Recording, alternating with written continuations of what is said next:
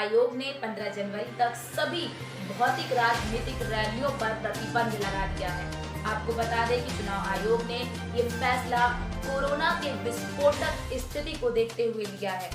चुनाव आयोग ने सभी राजनीतिक पार्टियों से आग्रह किया है कि वो अधिक से अधिक वर्चुअल रैली करके अपने चुनाव का प्रचार प्रसार करें, क्योंकि जिस तरह से कोरोना के मामले दिन दुगनी रात चौगनी की स्पीड से बढ़ रहे हैं, उस स्थिति में यदि रैलियों को जो है परमिशन दी गई या फिर आज्ञा दी गई रैलियां करने की, तो वो कहीं ना कहीं एक विस्फोटक साबित हो सकता है इस महामारी के दौर में। इसीलिए उन्होंने 15 जनवरी तक सभी तरह की पद यात्रा, साइकिल यात्रा, बाइक यात्रा सभी पर प्रतिबंध लगा दिया है। आपको बता दें कि दूसरी लहर में चुनाव आयोग ने ये रैलियों पर प्रतिबंध नहीं लगाया था, जिसकी वजह से एक बार ही चुनाव जो चुनाव के समय कोरोना विस्फोट हुआ था और मामले एक दिन में 4 लाख के पार हो गए थे, जिसके कारण चुनाव आयोग को काफी आलोचनाओं का सामना करना पड़ा।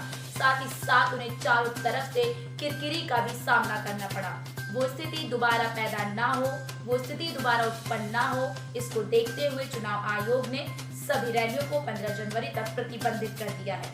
साथ ही साथ आपको ये भी बता दें कि चुनाव आयोग ने कहा है कि यदि इस स्थिति में चुनावी रैलियों को आज्ञा दी गई तो वो महाविस्फोटक साबित हो सकता है और हमें वही दूसरी लहर से भी खतरनाक मंजर मिले जा सकता है, पर स्थिति और भी भयावह हो सकती है। उस भयावह स्थिति से बचने के लिए हमारे लिए इस समय सबसे उचित माध्यम ये है कि हम चुनावी रैलियों को प्रतिबंधित करें और वर्चुअल माध्यम से चुनाव का प्रसार करें। इसके लिए उन्होंने राजनीतिक पार्टियों से भी आग्रह किया है। आपको बता दें कि यूपी की 403 विधानसभा सीटों के लिए चुनाव आयोग ने तारीख की घोषणा करते हुए कहा है कि चुनाव 10 फरवरी से प्रारंभ होगा और 7 मार्च तक जो है वो अंतिम चरण का चुनाव होगा। चुनाव 7 चरणों में संपन्न कराया जाएगा और 10 मार्च को इसका परिणाम घोषित किया जाएगा।